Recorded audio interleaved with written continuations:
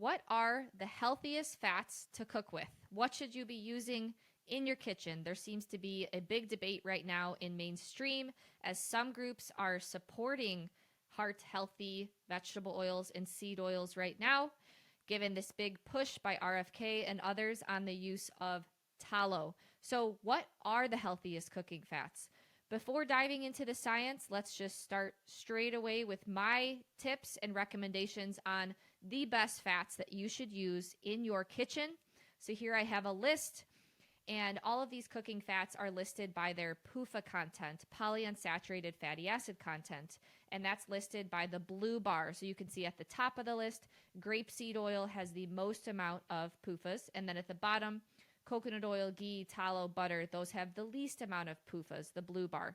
So my recommendation is to use and prioritize the bottom 4 fats, butter, tallow, ghee, and coconut oil, because these have been used for many generations. Tallow, lard, butter, ghee, these were staples in traditional households for your great-great-grandma, your great-great-great-grandma. She didn't have access to vegetable and seed oils. So prioritize the fats at the bottom of the list and do not use the fats at the top of the list that have a higher PUFA content, even though they are the centerpiece of conventional agriculture and much of, fast food and restaurants today. But that was not the case for centuries before us, right? So these fats at the top, as we'll dive into the science, these are going to have higher PUFA content and are going to be more likely to oxidize during high heat temp cooking. All right, let's dive in. So what type of fat should you be cooking with? Honestly, I think we can learn a lot from our great-grandparents because they survived many generations using traditional healthy cooking fats, much wiser than we are today. Am I right? Also much healthier with better metabolisms. We see less rates of chronic disease, less rates of obesity. So the types of dietary fats we consume and cook with are critical to our metabolic health. And over the past century, Western diets have undergone a huge transformation, shifting from more traditional saturated fats like tallow, butter, ghee, lard, to more polyunsaturated fats, PUFAs, predominantly from vegetable oils. And this transition was initially driven by, concerns and fears about saturated fats' cardiovascular impact. But this has been increasingly questioned by recent research showing that, hey, there actually isn't data out there supporting that. Unsaturated and saturated fats have fundamentally different molecular structures, which will directly impact their metabolic effects inside of us. A diet higher in unsaturated fats relative to saturated fats may actually trigger hibernation-like signals, metabolic signaling pathways in the body. These signals can lead to lower metabolic rates, increased levels of reductive stress, and increased fat gain. So think of what a squirrel does right before winter. It gathers a bunch of nuts and it eats a lot of nuts. Nuts are very high in unsaturated fats. So that is nature preparing for hibernation. When they increase their unsaturated fat intake, their PUFA intake, that will downregulate their metabolism, make them gain fat. So then that way they can last the winter without eating. But as humans, we don't want to do that, right? Now we have humans that have consumed unsaturated fats for a number of generations now, and we're seeing the profound impacts that that has on metabolism. So your dietary and cooking fat selection is crucial for 2 primary reasons. The first, metabolic signaling. And then the second is minimizing your exposure to toxic compounds that are formed during cooking. And the amount of PUFAs will impact the amount of toxic compounds formed. Dietary fats are not just energy sources, so fat can be used for fuel, but they also serve structural and signaling molecules that fundamentally influence our body's internal environment and energy production. And so when it comes to considering your total dietary fat intake for the day, it's important to consider your saturated to unsaturated fat ratio, because when that ratio is greater than 1, that will lead to a different metabolic signal inside of you relative to a ratio that is less than 1. So let's compare butter, for example. Butter, a traditional fat consumed for a very long time by our ancestors. And then all of a sudden, oh, butter is unhealthy. Let's create margarine, heart healthy, made out of vegetable oils, seed oils. Well, they have very different fatty acid compositions despite kind of looking similar. So butter has a saturated to unsaturated fat of about 1.95, whereas margarine has a saturated to unsaturated fat ratio of 0.34. That indicates a very less optimal metabolic profile will lead to completely different signaling inside of our body. So this nuanced understanding challenges very simplistic dietary recommendations, and it really underscores the importance of choosing your cooking fats thoughtfully, considering both their chemical composition and then also just traditional nutritional wisdom of our ancestors, right? So when we are choosing cooking fats, stability matters. And this is not talked about in mainstream, where vegetable oils and seed oils are touted as like the best fat source to use, right? So different fatty acid structures, unsaturated versus saturated, will behave uniquely under high heat cooking. Unsaturated fats are unstable molecules. So even though vegetable oils are often marketed for their high smoke points, smoke point alone is a misleading indicator of cooking oil safety. So for example, grapeseed oil, canola oil, vegetable oil, they have high smoke points, but they have low oxidative stability. So a smoke point does not indicate its oxidative stability. Those are two different parameters, and it's important to consider both. So the key factors in determining an oil's suitability for cooking are oxidative stability, which is impacted by the polyunsaturated fatty acid content. So oils and fats with high PUFA levels and low oxidative stability are potentially the most harmful for health, even though they are the centerpiece of fast food and restaurants and many cooking oils that you see down grocery store aisles today. As the degree of unsaturation increases, so does the rate of oxidation, leading to the production of toxic byproducts that can cause widespread cellular damage. So some very important considerations, bullet points from this discussion so far. Smoke point is not a reliable measure of oil safety because a vegetable oil can have a high smoke point, but a very low oxidative stability, and that will lead to the production of very toxic compounds during high heat temperature. Instead, oxidative stability and PUFA content are the best predictors of oil safety under high temp. So high PUFA content correlates with faster oxidation rates. That's not a good thing because oxidation products are harmful compounds, and these can cause damage throughout the body. Saturated fats, so there's no pure saturated fats, but fat sources that are higher in saturated, such as tallow, these are more stable for cooking. So PUFAs, why are they unstable? Why do they lead to oxidation, right? So PUFAs contain two or more double bonds, and it's those double bonds that make them prone to oxidizing under heat. And this lipid peroxidation process, it's like a chain reaction that produces multiple breakdown molecules called lipid oxidation products.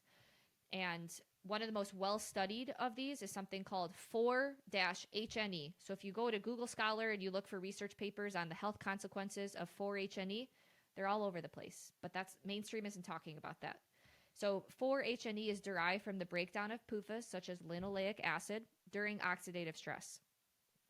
Elevated 4-HNE levels in the body is toxic, and it can cause cell damage, inflammation, and apoptosis. 4-HNE will readily react with proteins, DNA, phospholipids, leading to cellular dysfunction, damage, and contributing to various diseases. And this is so well documented in the literature. Elevated levels of 4-HNE and other toxic lipid oxidation products, they're associated with neurodegenerative diseases, cardiovascular diseases, cancer, and chronic inflammatory conditions. So here are some important quotes from the literature. Quote, human ingestion of cytotoxic and genotoxic aldehydes, such as 4-HNE, potentially induces deleterious health effects, and high concentration of these secondary lipid oxidation products are generated in polyunsaturated fatty acid-rich culinary oils during high-temperature frying practices, end quote. What oils are used throughout fast food restaurants and restaurants throughout the country? Seed oils, vegetable oils, and these are exposed to high temperatures. And under high temperatures, those unstable double bonds can oxidize, leading to toxic oxidation products. Here's another quote. Quote, the order and extent of toxic lipid oxidation products in culinary oils is PUFAs greater than MUFAs greater than saturated fatty acids, and the relative oxidation susceptibilities of 18 carbon chain length fatty acids containing 0, 1, 2, and 3 carbon-carbon double bonds are 1 in 100, 1 in 200, 1 in 2,500, respectively. Just showing that the more PUFAs in that fat, the more likely toxic lipid oxidation products are going to be created. So this vegetable oil, it's just a general term used to refer to a variety of cooking oils that may include corn, soy, safflower, sunflower, and cottonseed oil, all of which are very high in PUFAs, meaning they're unstable and should not be exposed to heat. Yet these highly refined oils form the basis of conventional agriculture, modern food manufacturing, and are used at most restaurants. They're in all like packaged food, anything really with a label or a box, because these are cheap and government subsidized. And they're overproduced, so they got to go somewhere, right? Many of these oils are also highly refined, sourced from GMO plants, and they're extracted using high heat, solvents, and other chemicals. So when it comes to cookings, you should prioritize a cooking oil that is stable and produces the lowest number of harmful compounds when heated. Dietary fats that are higher in PUFAs are the least stable, and dietary fats that are higher in saturated fats are the most stable. And the more an oil can resist reacting with oxygen and breaking down, the safer and more stable the oil is to cook with. So again, let's return to this cooking oil image. We want to prioritize cooking from the bottom 4 fat sources. Now, lard, so that's rendered pork fat, has also been used very traditionally by our ancestors. In fact, our ancestors used to eat a lot more pork than they did beef. But back then, hogs were fed a more ancestrally consistent diet, so low PUFA diet, where their fat wasn't loaded with PUFAs because they didn't have like soybeans and all of these like vegetable oils in abundance at that time. And so pork fat was much lower in PUFA. Unfortunately, modern pork lard can have the same fatty acid composition as canola oil. I'm going to say that again. Modern pork lard can have the same fatty acid composition as canola oil. So, Nourish, you guys can find at Nourish Food Club, you guys can find low PUFA pork lard for your culinary needs, and also beef tallow and lamb tallow and ghee and butter, of course.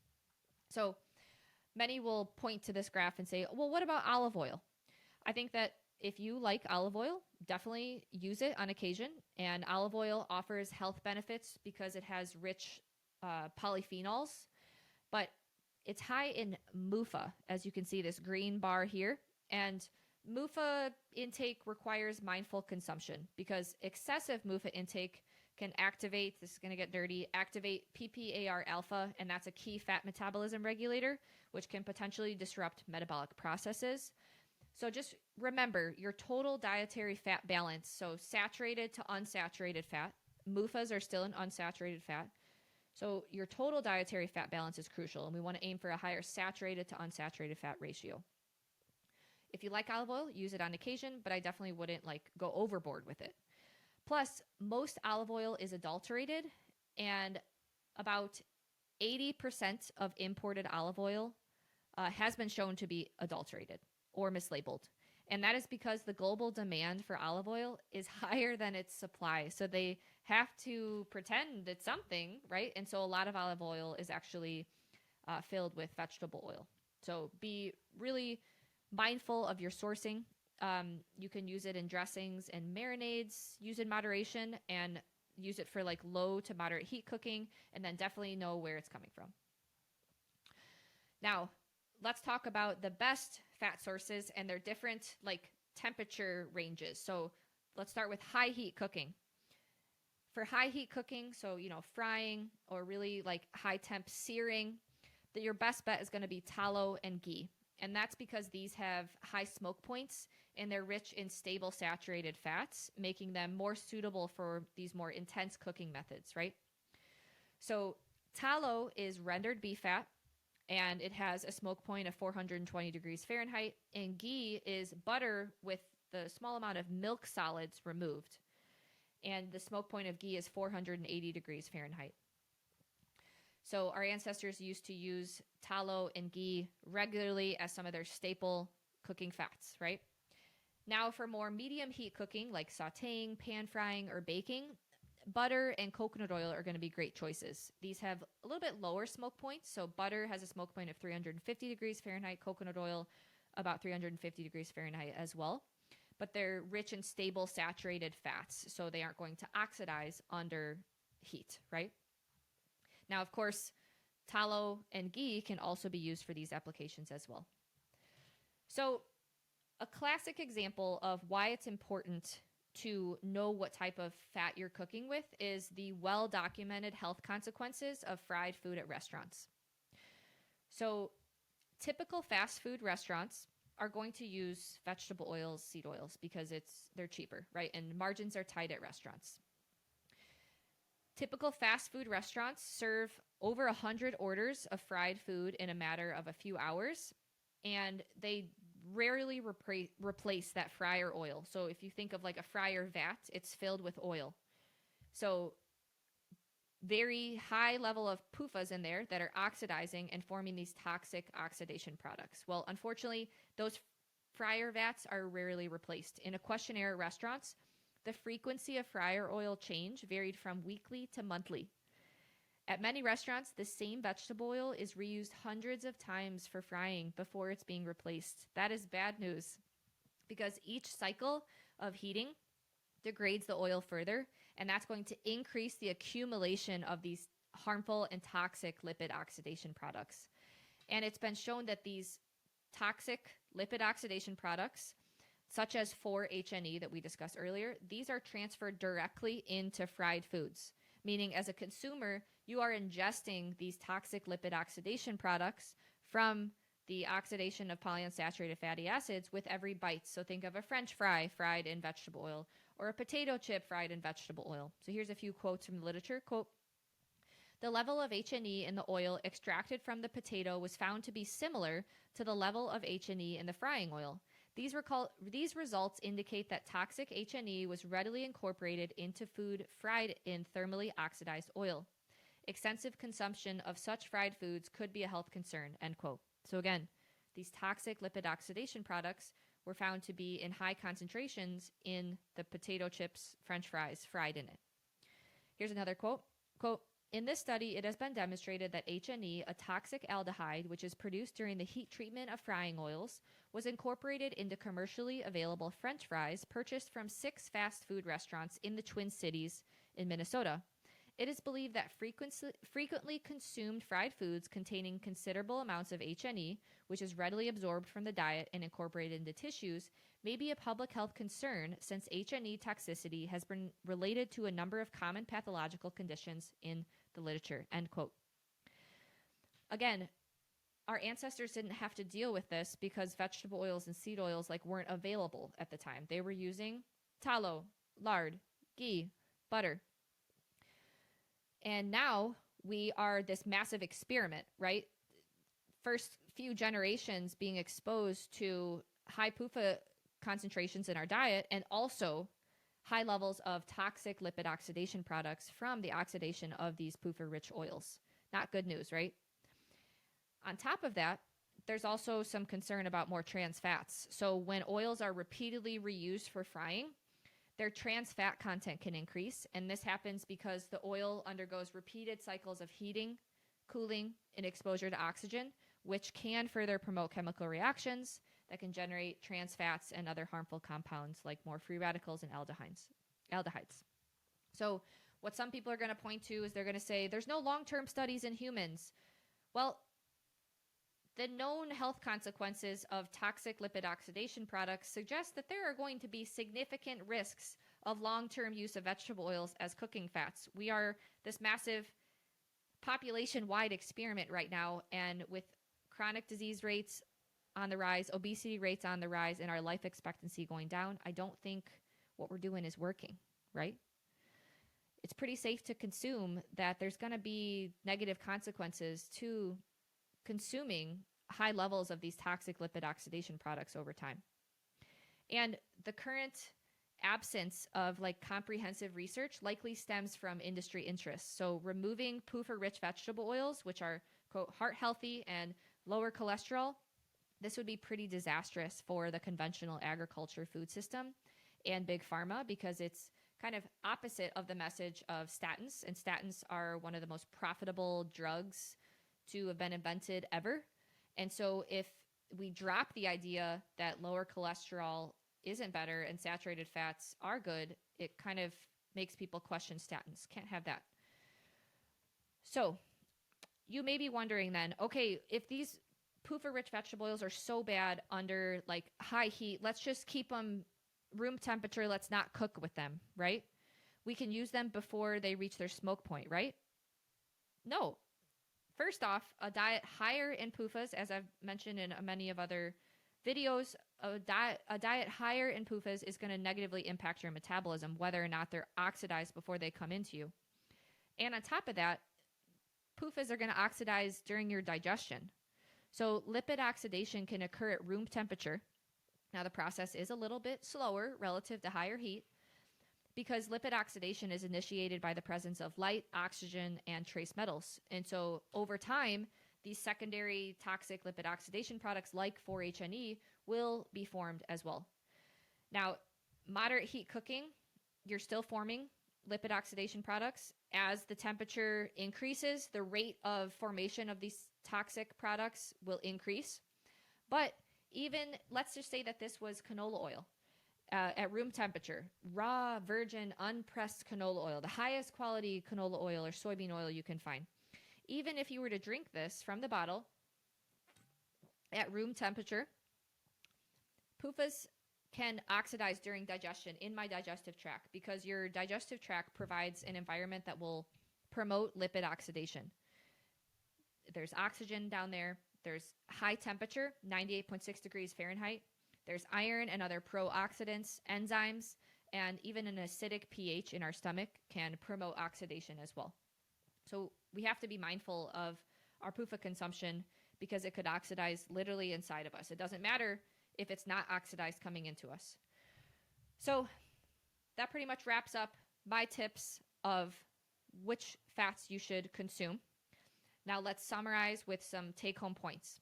Now, when you go out to eat, it's inevitable that you're going to be exposed to vegetable oils. If you're doing this from time to time, you're going to be okay, right? It's kind of more regular things. So what fats are you cooking with at home? Or how often are you going out to eat? Those are things that you got to be careful of, right? Because when you go out to eat, you're probably going to be exposed to vegetable oil, seed oils. So when you go out to eat, try to avoid fried food because that's going to definitely increase your exposure to 4-HNE, other aldehydes, oxidation products. And when you are at home, try to shift from using PUFA-rich vegetable oils to instead using more traditional fats, higher in saturated fats. So tallow, ghee, butter, coconut oil, and then if you have access to low PUFA, high-quality lard, such as the lard from Nourish, where the pigs are fed a lower PUFA corn and soy-free diet, then you can definitely use lard as well. Our ancestors used lard a lot, because they were actually had more pork available to them. They actually used lard for a number of like pie crusts and things like that. So high heat, use tallow, ghee, or lard if you have a good lard source. Medium heat, butter, coconut oil, or lard if you have a good source. And then if you enjoy olive oil, use it sparingly, not at high temps. So, well, that about wraps up today's video. I hope you guys stay saturated, stay nourished. And if you're looking for some of the healthiest traditional cooking fats you can find those at Nourish Food Club. We have 100% grass-fed and finished beef tallow and lamb tallow, needle-free, so free of vaccines, antibiotics, hormones, and then low PUFA pork lard, also needle-free, free of vaccines, antibiotics, hormones, and those pigs are pasture-raised, rotated outside. And with that, I will chat with you guys soon. Stay nourished.